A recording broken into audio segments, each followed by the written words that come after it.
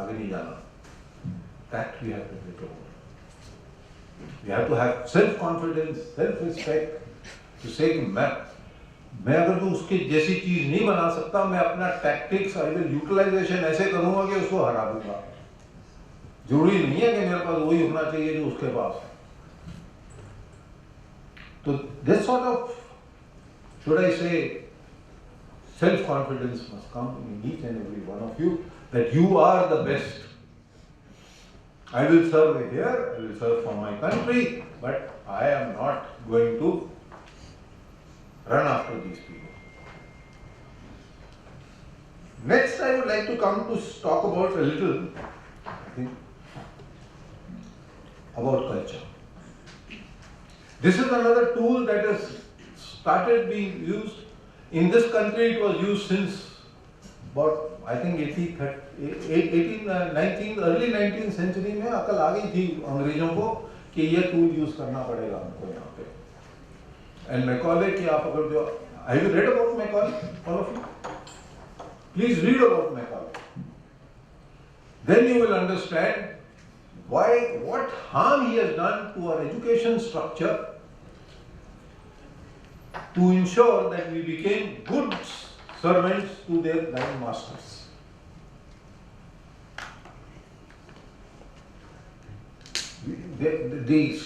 The objective of education was changed.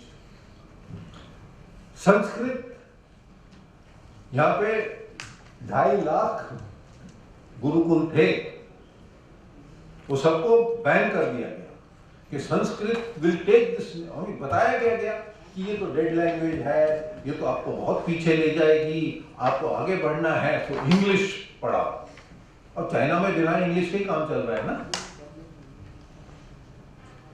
तो यहाँ संस्कृत बंद कर दी. And yet people today realize it is the best language for either your computer sciences or even your artificial intelligence. It is the best science, best language for that. It is so perfect. You can't make two interpretations of what you say in Sanskrit. And those of you who know, unfortunately I don't know, but that is what I am told. So Sanskrit was banned. Then fault lines were created in this country. What are the fault lines? Fault line between, the creation of fault lines started in this country with the British. One was the north-south divide create किया गया. वो कैसे create किया गया? आपको बताया गया जी सरस्वती, हम कहते थे ना कि सरस्वती civilization थी. वो कहते हैं नहीं, ये सरस्वती तो mythological river of India है. It's a myth. It's only after independence, once the satellites came and we could take photography and say that as described in the Vedas, that bed exists. As described in the Vedas, those excavations of the cities that were on the bank of that river exist. They were bigger than Mohenjo-daro and Harappa, which were sea. But what they did, they said, ये जो north के हैं ना, north Indian आपर में, हम जी central Asia के hoards आए थे यहाँ पे, उन्होंने ड्रेविडियंस को, so ये Aryans came and drove the Dravidians away. We are all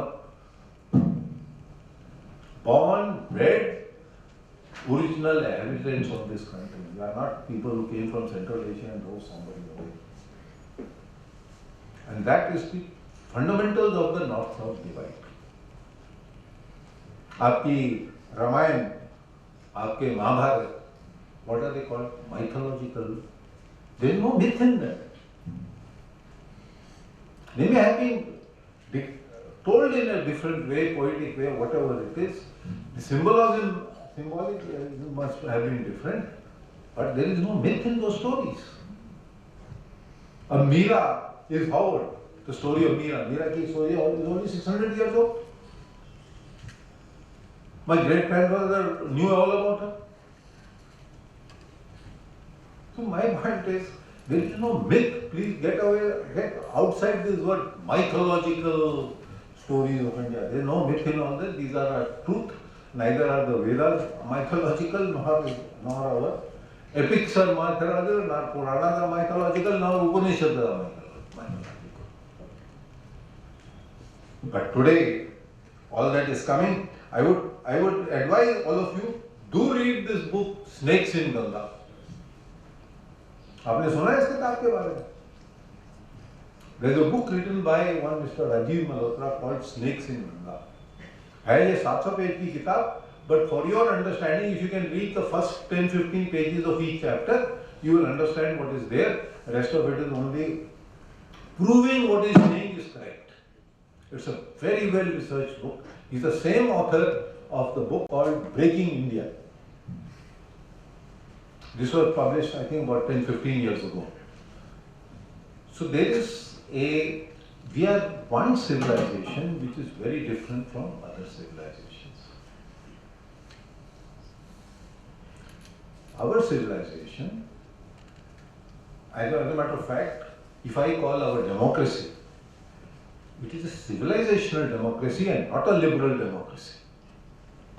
In a civilizational democracy, a fundamental is we care for the other. We are not self. In a liberal democracy, everything is about rights, human rights, this right, that right, but there is nothing about duty in a liberal democracy. वो तमाशे चल ही रहे हैं, आप सब देख रहे हैं. US, what suits the United States doesn't suit us. We are a highly civilized civilization democracy with a very highly ethical background. We don't have the ethics of the Western world. Our capitalism we have, so there is a different form of capitalism. It's not that we don't believe in market economy, but we don't believe in a market society. Market society is very different from a market economy. Market society is पैसे बनाओ, जितना पैसे बना सकते हो बनाओ, जिस किसी और का क्या होता है, that is not our ethics. We are being made to forget all that.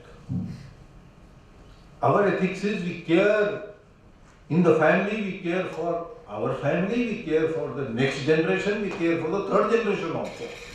वहाँ कुछ नहीं होता. बच्चा 17 साल का होता है तो बाप कहता है घर से चले जाओ. वो कहता है कि मैं I know of a student who was in Stanford और वो अपने बाप के पास गया कि he had gone away and he said, Dad, I have got a job in here only, so I will stay in the house. हाँ कहता है हाँ please do stay, $100 rent है. Do you think any Indian family will do that? Today, Indian students in these universities are most eligible bachelors. Why? Because they are debt free. It is a culture that our parents don't allow a child to take a debt to get his education. They save for his education. We have a concept of saving for ourselves, for the future. That concept is not there and the nation will pay for it. But let's not get taken in by that propaganda, Hindu phobia, पता नहीं क्या क्या बोलते हैं, and start disbelieving ourselves. So children, I think I will end here. I think I have already overshot my time. And thank you very much. It's a pleasure having you.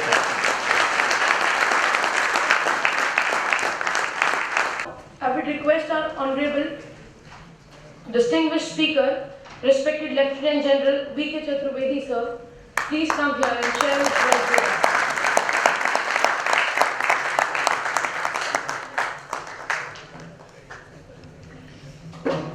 us. Professor Madam Sharma, Professor Punia, Edmund, Raman Puri, जिन्होंने बहुत अच्छा हम सबको अभी भारत के future और भारत की strength के बारे में बताया. एंड सबसे महत्वपूर्ण मेरे प्यारे बच्चों, द फ्यूचर ऑफ माय हम सब का प्रिय भारत का भविष्य, the kinetic minds, the smiling faces. It's a great pleasure for me today to be here in this कर्म भूमि of कुरुक्षेत्र, जिसमें भगवान श्री कृष्ण प्रसन्नता हो रही है। मुझे याद आता है रेजांगला की लड़ाई का 1962 वॉर, जब भारत के पास इतने अच्छे वेपन सिस्टम नहीं थे, इतने अच्छे कपड़े पहनने के लिए नहीं थे, इतने अच्छे जूते उन 16-17 हजार फुट की ऊंचाइयों पर ऑपरेट करने के लिए नहीं थे। रेवाड़ी के गांव के हमारे वीर बलिदानी 40 कंपनी 13 कुमाऊं 120 भारत के शूरवीर वहां पर तैनात थे। 1300 से 1500 चाइनीज ट्रुप्स ने उन पर 5 से 7 बार हमला किया, उस चोटी को हथियाने के लिए। और ये भारत के शूरवीर 120 में से 13 हमारे भारत के शूरवीरों ने अपना सर्वोच्च बलिदान वहां पे दिया। और 7 जो बाकी थे वो ऐसे थे जो लड़ने के काबिल नहीं थे, वो घायल थे। उनकी वीरता की गाथाएं सुनाने वाला नहीं था। और यह वह धरती है, और ऐसी धरती पर, हरियाणा के वीरों की धरती पर आकर एक ऐसा अनुभूत हो रही है जो कि शब्दों में बयान नहीं कर सकती। और ये सब आप लोगों से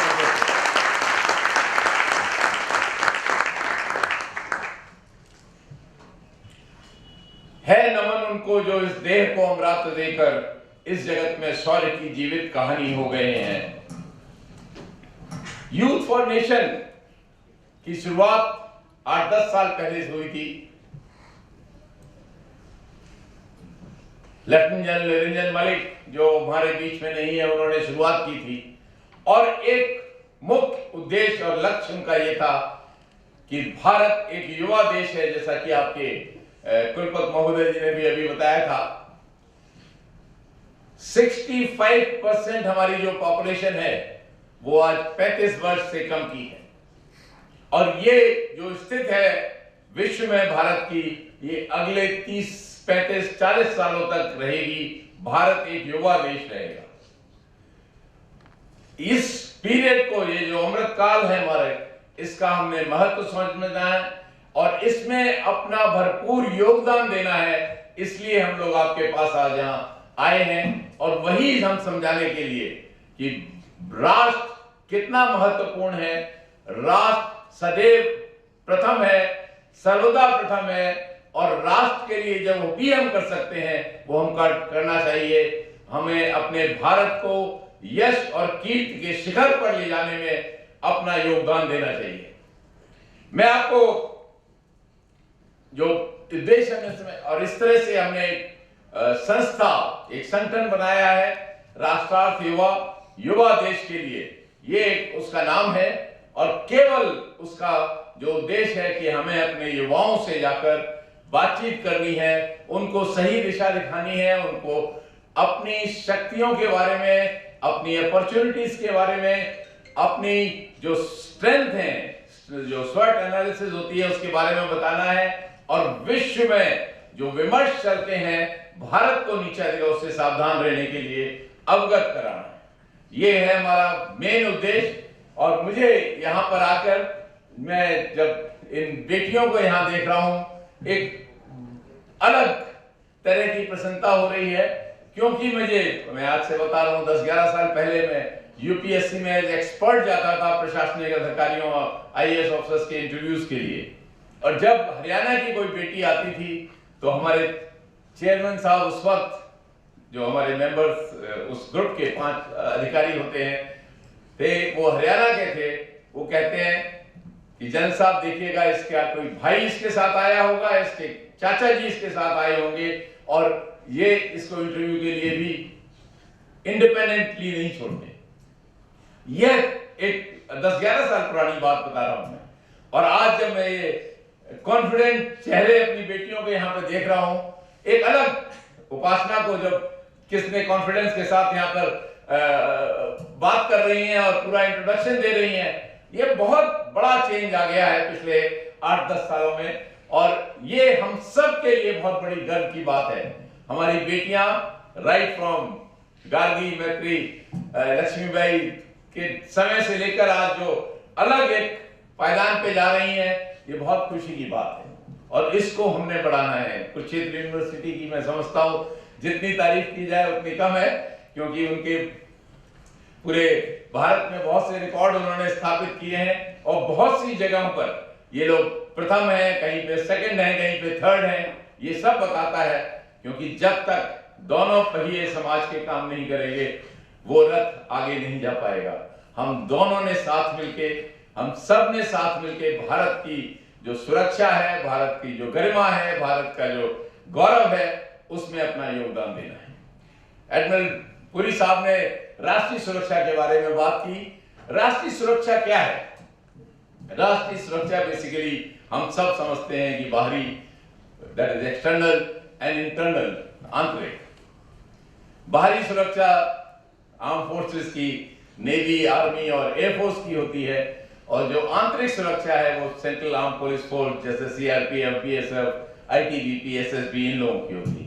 और जो लॉ एंड ऑर्डर होता है उसके लिए स्टेट पुलिस होती है। ये आप किसी एक मतलब मोटे मोटे तौर पे आप इसका अलग अलग आंकलन कर सकते हैं। हर आदमी सोचता है कि इन लोगों की ही जिम्मेवारी है केवल सुरक्षा के बारे में। जैसा एडमिरल पुरी साहब कह रहे थे, आज का जो डेफिनेशन है of national security is much beyond that. हमको डिप्लोमेटिक सुरक्षा चाहिए, हमको मिलिट्री सुरक्षा चाहिए, हमको एयर स्पेस सुरक्षा चाहिए, हमको साइबर सिक्योरिटी चाहिए, हमको फूड सिक्योरिटी चाहिए, हमको वाटर सिक्योरिटी चाहिए।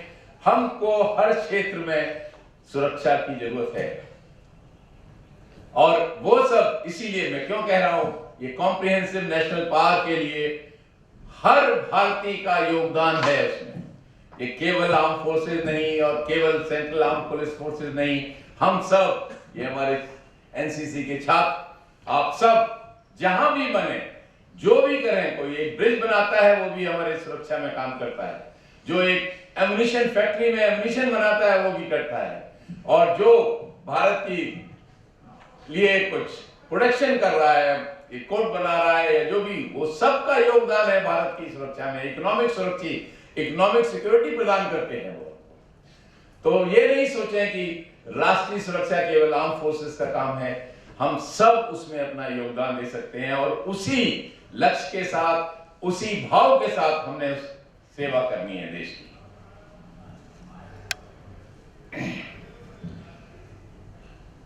युवा पुरातन काल से आप देख लीजिए, प्रभु मर्यादा पुरुषोत्तम प्रोग्राम के टाइम से, श्री कृष्ण के सामने टाइम से अर्जुन, कर्ण, और फिर आप आएंगे तो चंद्रगुप्त मौर्य, पृथ्वीराज चौहान, वीर शिवाजी, राणा प्रताप, फिर आप आ जाइए मंगल पांडे, चंद्रशेखर आजाद, राम प्रसाद बिस्मिल, शहीद भगत सिंह, राजगुरु, सुखदेव, असफाकुल्ला खान, कहीं भी। और फिर जब स्वतंत्रता के बाद मेजर सोमराज शर्मा, पीरू सिंह, शैतान सिंह, धान सिंह थापा, अरुण क्षेत्रपाल, एनजीसी नायर, विक्रम बत्रा, भारत का इतिहास युवाओं के बलिदान से भरा पड़ा है। ये सब 20 से 30 साल, 32 साल के युवा थे जिन्होंने भारत के लिए इतना बड़ा बलिदान दिया, और भारत की रक्षा के लिए, भारत राष्ट्र के गौरव के लिए, भारत राष्ट्र के गरिमा के लिए उन्होंने ये अपना सब कुछ जीवन दान दे दिया। ये ऐसे वीरों की धरती, और इसलिए मैं 2 युवाओं का नाम लूंगा। एक केवल अनंत हैं, अनेक मतलब नाम लेने की, मैं केवल स्वामी विवेकानंद की बात करूंगा, नेताजी सुभाष चंद्र बोस की बात करूंगा। एक स्पिरिचुअल, आध्यात्मिक में थे, और एक शौर्य के, और उनके बारे में बताऊंगा। स्वामी विवेकानंद यंग 38 इयर्स की उम्र में वो संसार को छोड़ गए, लेकिन क्या क्रिएट कर गए, ये बहुत बड़ी सोचने वाली बात है। उन्होंने अध्यात्म के ऊपर, उन्होंने परिवार के ऊपर, उन्होंने नैतिकता के ऊपर जो लिखा है, जो आज भी जो अपने भाषण दिए हैं, जिसके बारे में उन्होंने बहुत जगह बताया है, आज भी उसको रिसर्च किया जाता है, आज भी उस पर बात की जाती है, आज भी उस पर चर्चाएं होती हैं। 1893 शिकागो में धर्म संसद पार्लियामेंट ऑन रिलीजन के ऊपर वो बोल रहे थे और हिंदुत्व के ऊपर बात की कि हिंदू और हिंदू भाव क्या है, और वह के उसके बात करने के बाद पूरा विश्व उनके पीछे घूम रहा था और उनकी तारीफ कर रहा था, उनको उनके जो कहे वचन थे उनका पालन कर रहा था। ये ऐसे वीर हमारे भारत में पैदा हुए। नेताजी सुभाष चंद्र बोस एक संपन्न परिवार में पैदा हुए थे। उनके फादर जानकी दास बोस अच्छे एडवोकेट थे, अच्छे वकीलों में नाम था, कटक में पैदा हुए थे, उड़ीसा में। अच्छी शिक्षा ग्रहण की प्रेसिडेंसी कॉलेज कैलकाटा से, फिर कैम्ब्रिज में। उसके बाद उस वक्त की आईसीएस, जो आईएएस के पहले ब्रिटिश टाइम में आईसीएस सर्विसेज होती थी, उसमें 4th पोजीशन हासिल की और ब्रिटिश गवर्नमेंट में उनको तैनाती मिली एज अ सीनियर अधिकारी।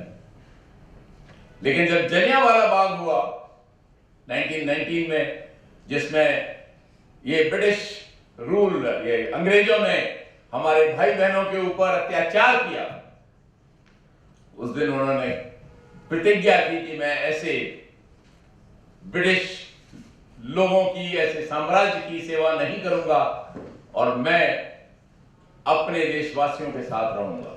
उन्होंने वहां से त्याग पत्र दे दिया और 1943-44 में Indian national army, Azad Hind फौज की संरक्षक की। वो कैप्टन मोहन सिंह ने रेस की थी, लेकिन तकरीबन उसको खत्म होने वाली थी वो, लेकिन उसमें उन्होंने दोबारा से प्राण डाल दिए और उसको इतना बढ़िया नेतृत्व दिया कि 60,000 सिपाहियों की, आजाद हिंद फौज के वीर सैनिकों की एक फौज तैयार कर दी, और जिसने माइटी ब्रिटिश एम्पायर को मोरंग में 14 अप्रैल 1944 को हराया, मात दी, और पहली बार भारत का तिरंगा मोरंग में लहराया। 1944 14 अप्रैल, अभी हमारी कुछ दिन पहले हम लोग, हमारे मेरे पूर्व सैनिक भाई अबाउट 50 हम लोग वहां गए थे अपनी श्रद्धांजलि और अपना नमन उन वीर सिपाहियों को और आजाद हिंद फौज को देने। तो इसके बारे में आधे से ज्यादा भारतवासियों को नहीं मालूम कि ये हमारे उस वक्त मंगल पांडे 1857 में फर्स्ट वॉर ऑफ इंडिपेंडेंस के टाइम में उन्होंने ब्रिटिश एक ऑफिसर के ऊपर गोली चलाई क्योंकि वो भारतीयों पे अत्याचार कर रहा था। उसको जख्मी कर दिया। उनको 8 अप्रैल को उनको फांसी दे दी गई बैरकपुर में, कलकत्ता के पास जो कैंटोनमेंट है।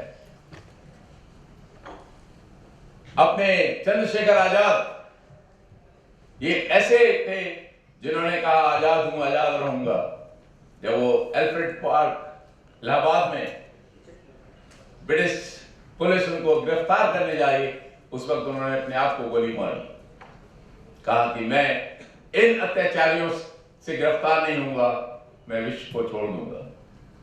ऐसे गौरवशाली लोग, उनसे हमने प्रेरणा लेनी है। मॉडर्निटी वर्सेस ट्रेडिशन, आधुनिकता और परंपराओं के बारे में मैं आपको बताऊंगा। आधुनिकता क्या है? हम सब सोचते हैं कि अगर आधुनिक कपड़े पहन लिए, एक इंग्लिश एक्सेंट में मैं बात कर रहा हूं तो मैं बड़ा मॉडर्न आदमी बन गया, मैं बहुत बड़ा आधुनिक आदमी बन गया। लेकिन नहीं मेरे बच्चों, लेट मी टेल यू, आधुनिकता केवल मस्तिष्क की है, केवल ज्ञान की है, विजडम की है। ये वो चीज है विच यू अपने आप को पढ़ लिख कर, शिक्षा ग्रहण करके, अच्छे गुरुओं से जो आपको आशीर्वाद मिलता है, उसको प्राप्त करने के बाद जो अपने आप को आप महान बनाते हो, you should be able to debate on the aerospace, metallurgy, aerodynamics, cyber security with the best in the world. That is modernity. But when it comes to parampara, ये हमारी अपनी है, ये हमारा अस्तित्व है, ये हमारी पहचान है, हमारी वेशभूषा, हमारी भाषा, हमारे रीत रिवाज, हमारे तीज त्योहार, हमारा पहनावा, हमारे बातचीत करने का ढंग, हमारे फेस्टिवल्स, ये सब हमारे अपने हैं और इनको जिंदा रखना और इनको अपने आप अपनाना और इस पर गर्व करना हर भारतीय का कर्तव्य है, दायित्व है हमारा। चाहे इंग्लैंड में भी हो और अगर वहां पे दिवाली मनाई जा रही है, लक्ष्मी पूजन किया जा रहा है, गर्व के साथ करो, आपकी पूजा होगी, आपको आदर मिलेगा। Let me tell you this much, I have experienced it. When you rise for your national anthem in Europe और इन अमेरिका, जब नेशनल एंथम बजाया जाता है, आप सावधान में खड़े हो जाते हो, द वर्ल्ड रेस्पेक्ट्स यू, उसमें कोई हिचकिचाहट नहीं, उसमें कोई मेरे भारत का एक प्रतीक लहरा रहा है और मैं उसके लिए अपना सम्मान दे रहा हूं। इस पे गर्व करो, and you will be the winner of the day.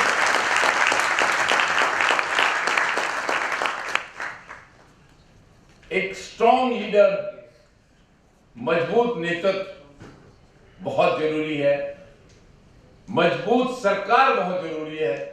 Collision की गवर्नमेंट्स ने हमारे देश को बर्बादी किया है और हमको कम से कम 15 से 20 साल पीछे फेंक दिया है। आपको मजबूती देनी है अपने नेतृत्व को, आपने अपनी सरकार को मजबूती देनी है, तब भारत आगे बढ़ेगा।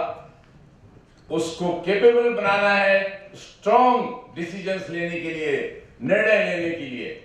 बालाकोट के हमले की मैं आपको एक उदाहरण के तौर पर बताना चाहता हूं। It was not a easy decision for any prime minister to take. Anything could have happened. It could have led to war. It could have also led to some casualties on our Air Force pilots. The Pakistan Air Defense could have shot one of the aircraft that had gone in 60 to 70 kilometers inside Pakistan, and destroying that terrorist camp was not an easy task. But you gave the strength to our Honorable Prime Minister. You gave the strength to the government, and that is the reason why he could take such a risk. उसे मालूम था कि भारत के मेरे प्यारे मेरे भारतवासी मुझे सपोर्ट करेंगे. And this could be, I can give you a comparison of this equivalent to, this was Entebbe raid. Some of you may not have been born then, 1976. It happened in Uganda. A Israeli aircraft was hijacked by the Ugandan people, mostly terrorists, and they wanted some terrorists to be released by Israel. There was so much of pressure because 102 people were involved and 6 crew members, 108 of them. There was pressure on the Israeli government. That time it was Peres was the prime minister. The decision was almost taken that we will release these terrorists and get our people back. That time, the then defense minister, the Raksha Mantri, जो Israel के थे, he said no, nothing doing. We will not return them. We will launch an operation to get our people back. And the operation was launched. A commando force, a company went in, and see the result. When you take a strong decision, they destroyed 60% of the Ugandan Air Force, got all their people back. The only casualty was the commander of that company of the special forces, the present Prime Minister's elder brother, Netanyahu, Colonel Netanyahu. So this is the strength. When you select a stable government, give it the strength, the results are these. We need strong governments, we need strong leaders. If Bharat has to progress, it is in our interest. I'll talk about some blunders. Admiral Puri also alluded to some of them. We did make blunders. I am talking about them because Only no other reason. Only that we should know it so that we do not repeat these. That is only my intention. When we got independence, we shouldn't have been partitioned. We should have stood our ground that Bharat is one and we will remain one. But we accepted it because we were more interested in getting the independence early.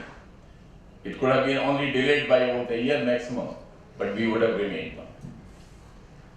Because Britishers had no option but to give us the independence. They were scared after those two mutinies, one in the Indian Navy and the second in the army. They were scared. They did not want to stay in India. But we were in a hurry, and that's why we accepted some of the condition.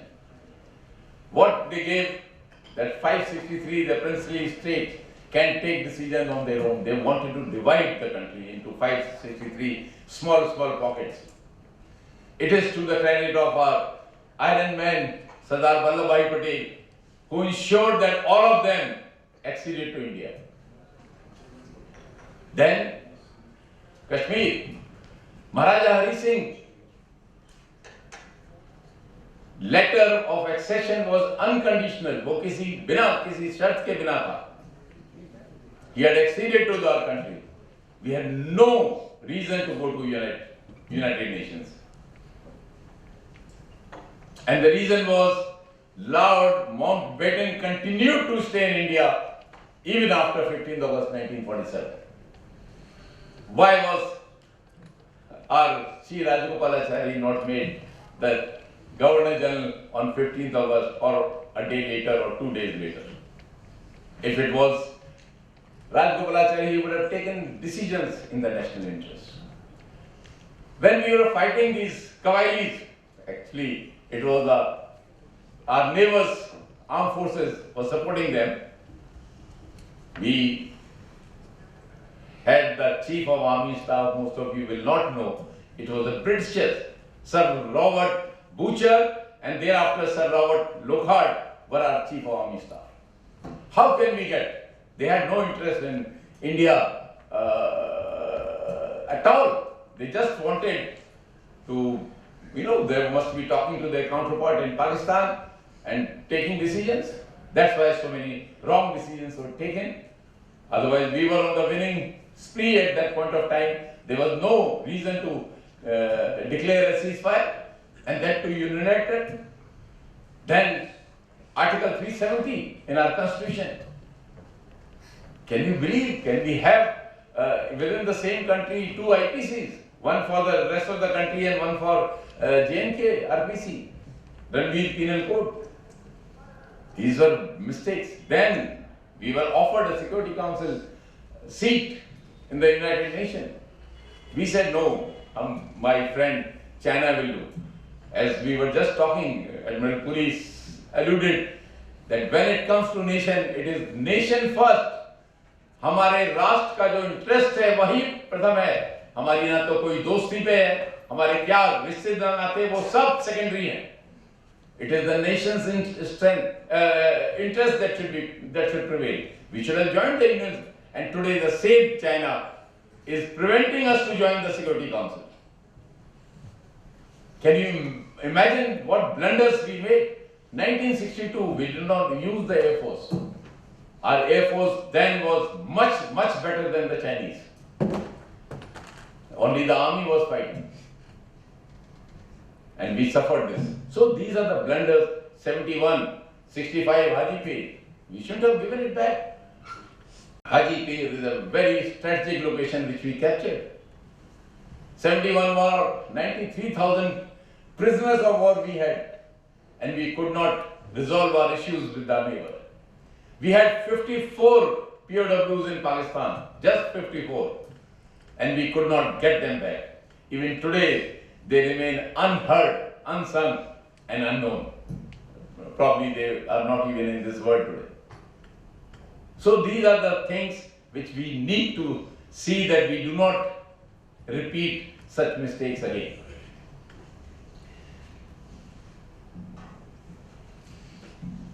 Bharat ज्ञानवीरों की धरती है, भारत दानवीरों की धरती है, भारत शूरवीरों की धरती है. Everybody has said that wisdom, knowledge is our strength, greatest strength. NASA में आज भी 50% scientists are young children. You go to any place, हमारे जो गिरमिटियास in the 20th century, the second decade, when they were taken as laborers from India to Caribbeans, to Fiji Island, to Suriname and other places, they had gone with only a gutka, which is of Ramayana, or they had gone with a kamandal of Ganga Jal. And this is our people, ये मेहनती लोग, ये परिश्रमिक लोग, ये ज्ञानी लोग, जिन्होंने उन कंट्रीज में जाके अपना प्रभुत्व जमाया, और वहां के head of the state, and each of them were these Indians, these Gilmitias who had gone as laborers, became the head of state. आज इंग्लैंड में आप देख लीजिए, the prime ministers of Indian origin, अब वो छोटी छोटी कंट्रीज की मैं बात कर रहा था, बड़ा बड़ी बड़ी कंट्रीज में होने लगा है. कमला Harris in USA, the vice president is of Indian origin, and the day is not far off when most of the countries in Europe, North America, South America will be led or governed by our great Indians. They are already doing it in MNCs. They are already at the top. Bharat में जो ज्ञान के सुश्रुत गार्गी, मैत्री, Bhaskaracharya, Aryabhata, then you come to Chandragupta Maurya's time, Kautilya, then you come to Valmiki, Ved Vyas, Dr. Rabindranath Tagore, C.V. Raman, and if you come to Sundar Pichai, Satya Nadella, Parag Agrawal, they are all heading the best of the companies in the world today. ये हमारी सबसे बड़ी धरोहर है, हमको हमारे माता पिता, हमारे बाप दादाओं ने हमारे को दिए हैं, और इसमें हमको गर्व करना चाहिए. ज्ञान की जो गंगा भारत में बहनी चाहिए, वो आप लोग बहाएंगे. You will innovate, you will discover, you will call the shots in technology in future. और जब आप ये करेंगे तो विश्व हमसे पूछेगा कि ये कैसे हुआ. भारत में सर्जरी यानी कितने जनों से सेंचुरीज पहले होती थी. भारत में प्लास्टिक सर्जरी होती थी, तमाम चीजें. भारत में दवाओं का भंडार था, आयुर्वेद. भारत में हर्ब्स थी, और ये सब भारत से ही जाके आज जर्मनी और अदर्स कहते हैं. ये तो हमने बताया. Zero was in this. आप सबको मालूम होगा वो picture, I think you all wouldn't have seen it, it was in the 70s, Purab or Paschim. The great Mr. Bharat, Manoj Kumar was the hero in that, who said, है प्रीत जहां की रीत सदा, मैं गीत वहां के गाता हूं, भारत का रहने वाला हूं, भारत की बात. जो भी उन्होंने उस गीत में कहा है वो सत्य है 70s में, but we did not play on that. हम लोगों को उसको और आगे ले जाना, हर चीज उसमें बताइए. So let us, that is what we have to do. दानवीर from the times of Dadhichi ले लीजिए, सती सावित्री ले लीजिए, कर्ण ले लीजिए, महाराजा हरिश्चंद्र, सत्यवादी महाराजा हरिश्चंद्र, ईश्वर चंद्र विद्यासागर. मुझे अभी भी वो कहानी याद है जो मैंने शायद 5th या 6th में पढ़ी होगी. कि एक दिन रात में वो एक प्लेटफॉर्म पे उतरे और उन्होंने एक बूढ़ी औरत को ठिठुरते हुए देखा, तो उनके पास जो शॉल थी वो उन्होंने फौरन उसको दी. ये भारत है. ये भारत दूसरों की कद्र करता है. मैंने वो समय भी देखा है 1964-65 when we were food deficient. Bharat में अन्न की कमी थी, और ये हमारे किसानों के और कृषि प्रधान देश ने साबित कर दिया कि भारत आज दूसरे देशों को खाद्यान्न प्रदान करता है. उस वक्त अमेरिका ने हमको सड़ा हुआ गेहूं PL 480 दिया था. आज हमने वो सड़ा हुआ गेहूं खाया है. लेकिन आज जब कोरोना के टाइम में भारत ने दूसरों को अन्न दिया, तो अच्छी क्वालिटी का अन्न दिया। ये भारत की संस्कृत है, ये भारत का जो मैं कहूंगा नैतिकता है, ये हमारे मूल्य है। हम दूसरों को उतने ही चिंता करते हैं जितनी हम खुद की चिंता करते हैं। शूरवीरों का we have talked about already, most of them, Chandragupta Maurya, Prithviraj Chauhan, वीर शिवाजी, राणा प्रताप और बाकी के अभी तक के अभिनेत हैं। इन क्योंकि शूरवीरों की शक्ति की भी जरूरत होती है। एक बात मेरे my dear students, you must remember that when you become strong, when you are economically growing, you have a status in the world looks up to you. There are a number of people who are jealous of you and they want to bring you down. It will happen when you are rising to the top. And therefore, हमारी संस्कृत में लिखा है कि शास्त्र के साथ शस्त्र की भी जरूरत होती है। हम माँ सरस्वती की पूजा करते हैं तो हम माँ दुर्गा की भी पूजा करते हैं। So that is what you must be strong, शक्तिशाली। ये एनसीसी की बच्चियां हमारी सरे ला रही हैं, because that is what it is, and we must be a strong armed forces. It should not happen what happened in 1950s when Field Marshal Karappa went after the partition. Lot of our troops had gone to Pakistan. We needed to restructure ourselves. We needed to raise some more units, get some equipment, so that we can defend our borders. When he went to the then Prime Minister, he was told, "Why have you come? I don't need you. We are a peace-loving country. The police will do the job." And the result was 1962. Today, no one dare touch us. The art of war is winning a war without fighting. That is the art of war. And strong armed forces are supposed to prevent a war, prevent what has happened in Russia and Ukraine today. You all know, Ukraine is a weakling. सब जगह से मांग रहा है कि मेरे को कोई टैंक दे दो, कोई मेरे को एम्यूनिशन दे दो, कोई मेरे को जहाज दे दो, कोई मेरे को गाड़ियां दे दो, कोई मेरे को फ्यूल दे दो. So how can that country fight? And he is fighting on behalf of another country. उसने अपने देश का बर्बाद कर दिया अपने देशवासियों के साथ. मैं समझता हूं कि उसने जो करना चाहिए था उसके साथ वो नहीं किया. He is played into the hands of somebody else for his own nation. The good जो विश्व को ग्रेन देता था, आज वो देश खुद ग्रेन मांगने के लिए दूसरों से हाथ फैलाए हुए दूसरों के सामने. अब ज्यादा टाइम नहीं लूंगा, बैठे रहो. I think it's lunch time, that's why you all are in a little thing, but I want to tell you, राष्ट्र प्रथम सदैव एंड सर्वदा. जब राष्ट्र की बात आती है तो जात पात, हमारी भाषा, हमारा बाकी परिवार, हमारा समाज, हमारा सब कुछ सेकेंडरी हो जाता है. हमारी पूजा सब कुछ राष्ट्र प्रथम है और वही हम सबको याद में रखते हैं. राष्ट्र प्रेम से बड़ा कोई प्रेम नहीं है, राष्ट्र सम्मान से बड़ा कोई सम्मान नहीं है, राष्ट्र गौरव से बड़ा कोई गौरव नहीं है, राष्ट्र सेवा से बड़ी कोई सेवा नहीं है, और राष्ट्र भक्ति से बड़ी कोई भक्ति नहीं. जब आप राष्ट्र की भक्ति करते हैं तो अपने सारे भगवानों की भक्ति उसमें सम्मिलित होती है. और इसलिए मैं एक बहुत पुरानी कविता है जो मैंने भी जब मैं सैनिक स्कूल में था तब पढ़ी थी. जो भरा नहीं है भावों से, जिसमें बहती रसधार नहीं, वह हृदय नहीं है पत्थर है, जिसमें स्वदेश का प्यार. तो this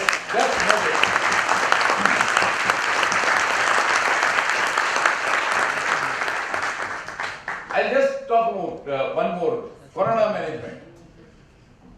We are not a very, I'll say, developed country. Our medical facilities are not the best in the world. We are, from the medicine point of view and other facilities point of view, also a little lacking. But despite all that, we managed the corona pandemic, which was once in a lifetime. I still remember those 55 days when not a single vehicle was on the road, when not a single train was on the tracks. It was only our doctors, our policemen, our seva karmi. I'll say lot of good Samaritan. I will mention one Seva Bharati that point of time, Seva International. These were the people who were without any, they were not caring for their own self, but trying to protect the others, providing food to them, providing medicine to them, providing the mask and other equipment to others, and at times even helping them with money. ये भारत की सभ्यता है, ये भारत के मूल्य हैं. And we managed it much better. Our population is around 140 crores. America is 35 crore. We had less casualties than America. Italy was in worse shape, but everybody was showing, the BBC and others, they wanted to show what India is doing and show us in bad light. Whole of Europe was in bad shape. England, my daughter is there, she tells me, England has a good health system, NHS is quite, despite that, it all failed. America couldn't do anything. They were not even bothered. They lost more people, in fact, more than double our 5,31,000, they lost more than 11 lakhs people. Though even one death is painful. But this is how we managed it. We should have taken pride. But it was so tragic to see in the evening when we used to hear our debates, everybody criticizing us, criticizing the government. These are those moments, ये वो पल हैं जब पूरे देश को सरकार के साथ होना चाहिए, हमारे नेतृत्व के साथ होना चाहिए. वह देश का एक असली चेहरा हमको देखने की जरूरत है.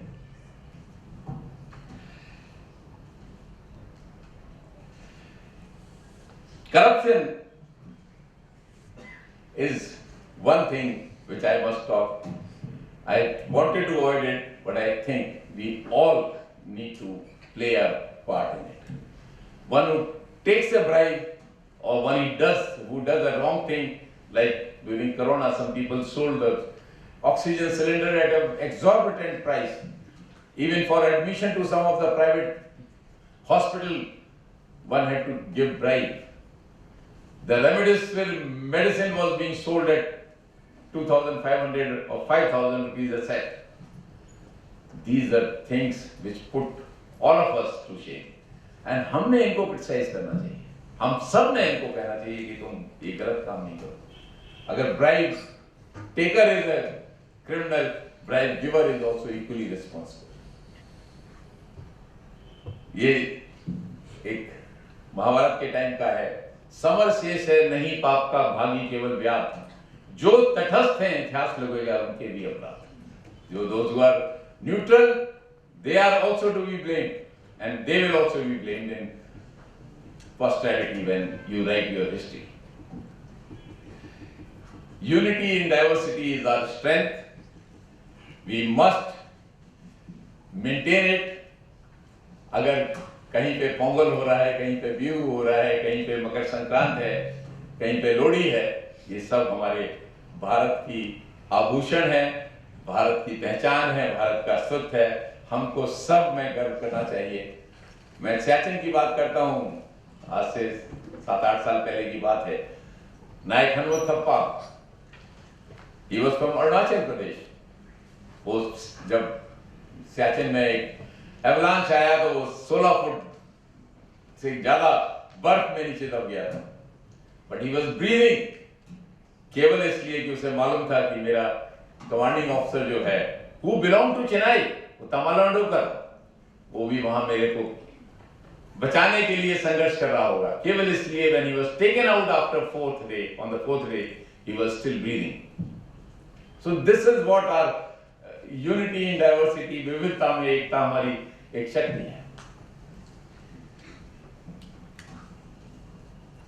और ये केवल बहुत से आप सब ने इकबाल का वो सुना होगा, यूनान मिस्र से रोमा सब मिट गए जहाँ से, कुछ बात है कि हस्ती मिटती नहीं हमारी। ये भारत की हस्ती इसीलिए नहीं मिटती है कि हम में ये गुण है, हम में ये मूल है, हम में ये नैतिकता है। मैं और भी कुछ कहना चाहता था, लेकिन अब टाइम हो रहा है, आपका लंच ब्रेक है, लेकिन I think I leave it at that.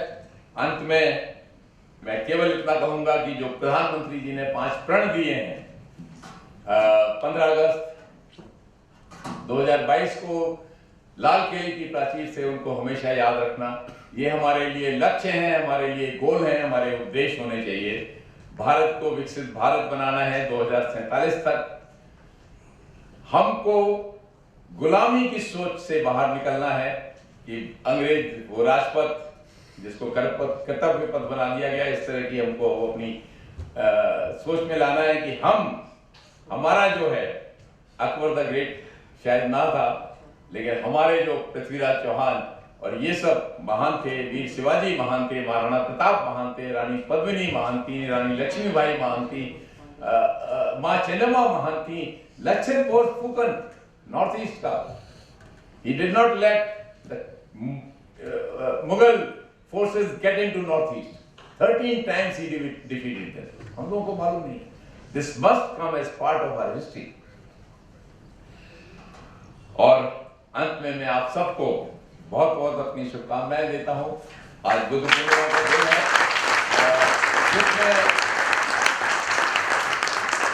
जिस दिन हम आज बैठे हुए हैं, आप लोगों की छुट्टी है, आप सब यहाँ आए, उसके बावजूद हम सबको सुना, बहुत हम आपके आभारी हैं, आप सबको धन्यवाद देते हैं और ईश्वर से, परमपिता परमात्मा से प्रार्थना करते हैं कि आप सब खूब अच्छी शिक्षा ग्रहण करें, देश के अच्छे नागरिक बने और आगे बढ़कर अच्छे प्रशासनिक अधिकारी, अच्छे अध्यापक, अच्छे प्रोफेसर, अच्छे वैज्ञानिक और अच्छे फौज के अधिकारी बने।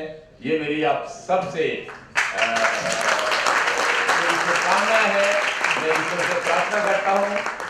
अंत में एक और आप सबसे मैं अपनी निवेदन करूंगा कि उठो धरा के वीर सपूतों, और यहाँ पे सपूतों इज ए कॉमन जेंडर, इसमें बिटियां हमारी शामिल हैं। उठो धरा के वीर सपूतों, पुनः नया निर्माण करो, भारत के जन जन में नव स्फूर्त नव प्राण भरो। All the very best. जय हिंद, जय भारत।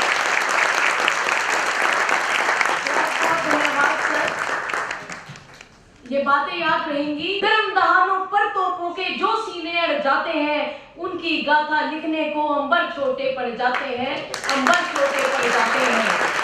उनके लिए हिमालय कंधा देने को झुक जाता है। कुछ पल तो सागर की लहरें का गर्जन भी रुक जाता है। उस सैनिक के शव का दर्शन तीर्थ जैसा होता है। चित्र शहीदों का मंदिर की मूर्त जैसा होता है। चित्र शहीदों की मूर्त का मंदिर जैसा होता है। इसी के साथ अब मैं बुलाना चाहूंगी हमारे respected director youth and cultural affairs doctor Mahasingh Punia ji को, ताकि वो आए और वोट ऑफ थैंक्स के लिए। बेटा केवल 1 मिनट के लिए आप अपने लिए तालियां बजाएं एक बार जोरदार।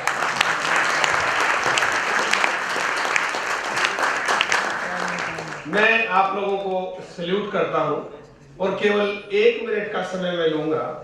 देखिए, इतना जज्बाती माहौल बन रहा है और मेरी भी पंक्तियां जागृत हो उठी हैं।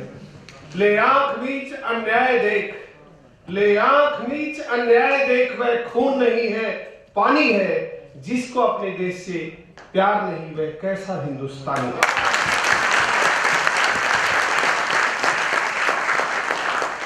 बहुत आदर और सम्मान के योग आज के कार्यक्रम के अध्यक्ष माननीय कुलपति महोदय, जो अब हमारे बीच में उपस्थित नहीं है, बहुत ही आदरणीय एडमिरल रमनपुरी जी, और बहुत ही जोशीला भाषण देने वाले और युवाओं में जज्बा भरने वाले lieutenant general VK Chaturvedi ji, और इस कार्यक्रम की संयोजिका के रूप में हमारे बीच में dean students welfare madam Shuchi Sunita ji और इस कार्यक्रम के nation for youth for nation doctor Arvind ji और मेरे साथी डॉक्टर गुरचरण, ये हमारे लिए गौरव के पल है कि आज जैसी शख्सियत हमारे बीच में है। सर, मैं आपकी जानकारी के लिए बताना चाहता हूं कि मार्शल करियप्पा वो भी विश्वविद्यालय परिसर में आ चुके हैं। ये हमारे लिए गौरव की बात है। आपने कहा कि हरियाणा वो भूमि है जहां कदम कदम पर शूरवीरों की जिक्र होता है, और सर यहाँ गांव में छोटे छोटे बच्चे भी ये गीत गाते हैं कि माँ मैं जाऊंगा फौज में, रहूं दुश्मन की खोज में, मैं भी माँ का पैर दूंगा देश रहेगा मौज में। तो ये भाव हमारे हरियाणा के बच्चों में देखने को मिलते हैं, और उन्हीं भावों के साथ आज के इस कार्यक्रम को विधिवत रूप से संपन्न करने में जिन लोगों ने बहुत महत्वपूर्ण भूमिका निभाई है, मैं युवा एवं सांस्कृतिक कार्यक्रम विभाग की ओर से उनका हार्दिक जो है धन्यवाद करता हूं। सबसे पहले यूथ फॉर नेशन के जो कोऑर्डिनेटर हैं उनका मंच की ओर से डॉक्टर अरविंद हमारे बीच में बैठे हैं, जिनकी बदौलत ये महान शख्सियत आज हमारे बीच में आई और अपने अनुभव साझा किए। निश्चित रूप से आप बधाई के पात्र हैं। आपके लिए जोरदार तालियां तो बनती हैं। इसके साथ ही हमारे बीच में मैडम शुचि सुनीता जी विद्यमान हैं और माननीय कुलपति जी, जिनकी बदौलत ये कार्यक्रम संपन्न हुआ और जिनके आशीर्वाद से हम निरंतर बहुत बेहतरीन कार्य कर रहे हैं विश्वविद्यालय के लिए। उनके लिए भी मैं यूएन सांस्कृतिक कार्यक्रम विभाग की ओर से हार्दिक आभार व्यक्त करता हूं। इसके साथ ही मीडिया के हमारे बहुत से साथी यहाँ पर विराजमान रहे, उनका बहुत बहुत आभार। और फाइन आर्ट के जो बच्चे यहाँ पर पहुंचे हैं, एनएसएस के जो बच्चे यहाँ पर पहुंचे हैं, एनसीसी के जो बच्चे यहाँ पर पहुंचे हैं, डॉक्टर आनंद और इसके साथ ही डॉक्टर वीरेंद्र, डॉक्टर पवन और भी बहुत सारे जितने भी हमारे साथी सहयोगी शिक्षकगण, संगीत विभाग के सारे साथी हमारे यहाँ पर जो है विराजमान है, डॉक्टर आरती और उसके पूरे स्टाफ को मैं मंच की ओर से बहुत हार्दिक आभार व्यक्त करता हूँ। IIHS से हमारे बच्चे यहाँ पर आए हैं विशेष रूप से आप लोगों को सुनने के लिए, और मैं चाहता हूं कि इस कार्यक्रम के समापन के बाद जो बच्चे सर से बात करना चाहते हैं उनसे बात भी कीजिए, कोई सवाल पूछना चाहते हैं आप सवाल भी पूछिए, और मैं तो यहाँ तक कहता हूं कि इनके साथ सेल्फी भी लीजिए।